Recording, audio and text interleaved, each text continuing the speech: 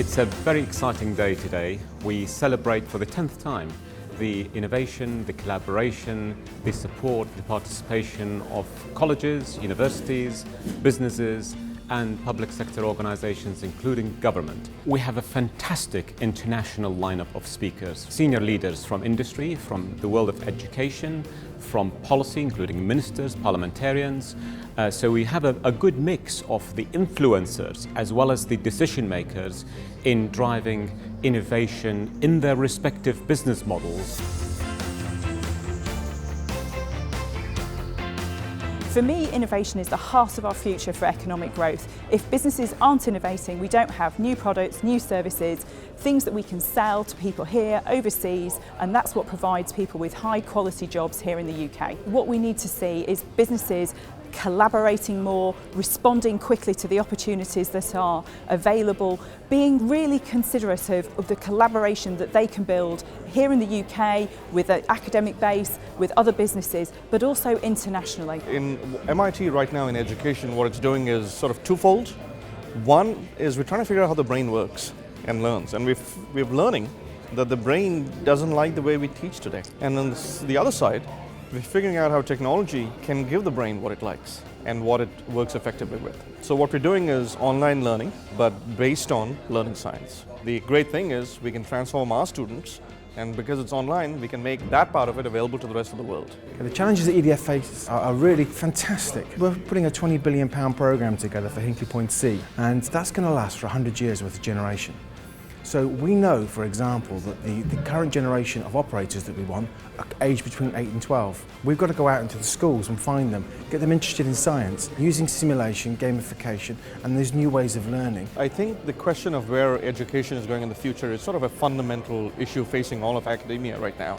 And I think where it's going to go is we're going to go back to the apprentice-style learning that we had during the Renaissance. You know, Michelangelo never attended a lecture, right?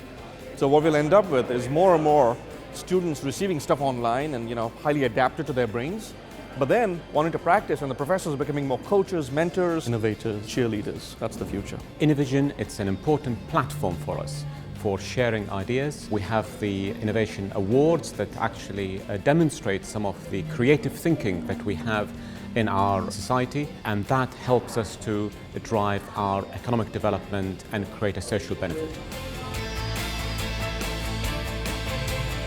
Gilo Industries first started in about 2001 when Gilo Cardozo, our founder, built his first paramotor. But it wasn't until 2007 when he hatched a plan with his good friend Bear Grylls to fly to the summit of Everest with a paramotor. He actually had to build a supercharged rotary engine which powered the paramotor to the height of Everest. I think the biggest challenges for us as a business is sourcing the right people for the right roles to take us to the next level. Innovation is embedded within the business. It started through our R&D department, but it filters through to our engineering team, our design engineering team. They basically take the concept through to reality. I think the challenges for innovation in the medical sector really are the global healthcare challenges, and the fact that a lot of the easy wins historically now have been had, and a lot of the disease areas that we're working in are tough nuts to crack. So diabetes and cardiovascular disease, oncology, but also there's incredible pricing pressures on governments and on healthcare generally,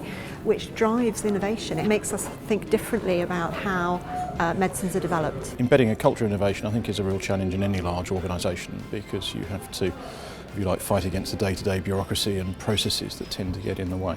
So I think you have to be persistent, you have to have very visible schemes, innovation portals, etc., conferences, communications, and then make a habit of doing it, and then celebrating success. We think that we're unique in so much as we're a temporary organisation that's supporting innovation in the construction industry. Crossrail has created, in a sense, an ecosystem where we're encouraging our supply chain, who are often in competition with one another, and the concept behind it is that they all need to collaborate and share their experiences to demonstrate to other clients and major programs their ability to solve the challenges that we face that their companies might also face. I think companies should be benchmarking all of their activities, and innovation is no different. So benchmarking innovation is something I think we would take seriously.